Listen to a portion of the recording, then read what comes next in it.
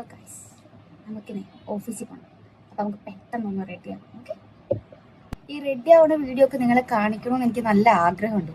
പക്ഷെ സാധനങ്ങളൊക്കെ എവിടെയാണെന്നുള്ളത് എനിക്കും അറിയില്ല. അപ്പം അതൊക്കെ ഇങ്ങനെ പരതി എടുത്തിട്ട് വരുമ്പോഴത്തേക്കും നമുക്ക് രണ്ടാൾക്കും ബോറാവും. അതിനേക്കാളും നല്ലത് ഞാൻ സാധനങ്ങളൊക്കെ ഒരുവിധം സെറ്റാക്കി വെച്ചിട്ട് കാണിച്ചു തരാം.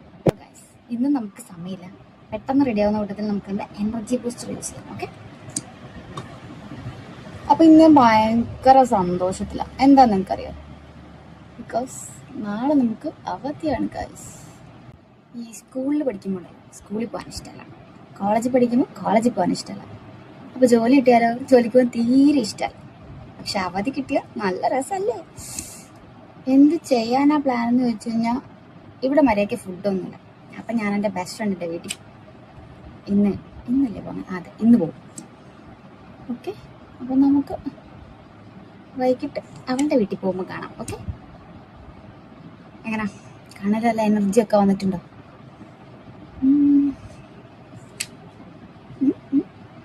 ഓക്കെ, മൊത്തത്തിൽ എങ്ങനെ കുഴപ്പമില്ലല്ലോ അല്ലേ?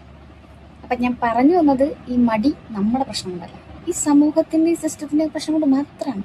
നിങ്ങളത് മനസ്സിലാക്കണം. ഓക്കെ, അപ്പം നമുക്ക് വൈകിട്ട് കാണാം. Okay, bye. അപ്പൊ നമുക്ക് എന്റെ ഫ്രണ്ടിന്റെ വീട്ടിൽ പോയാലോ?